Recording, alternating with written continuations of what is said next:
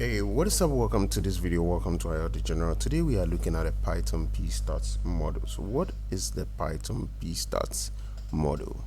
So the pstats model is a built-in Python tool that analyzing profiling data collected through the profile or C profile models, and it provides developers with insights into code performance by examining metrics like function call frequency and execution time, helping identify bottlenecks and optimization opportunities in Python application.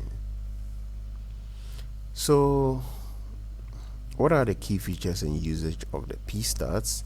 So pstats is actually used for data management.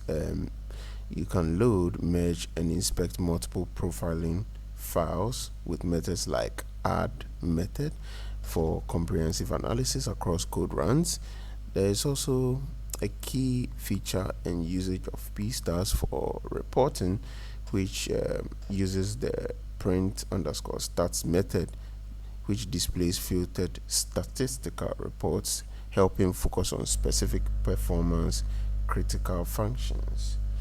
And last but not the least, some key features of it is output formatting. So the strip_des method removes path info for cleaner reports, while the sort_stats method organizes functions by metrics like cumulative time.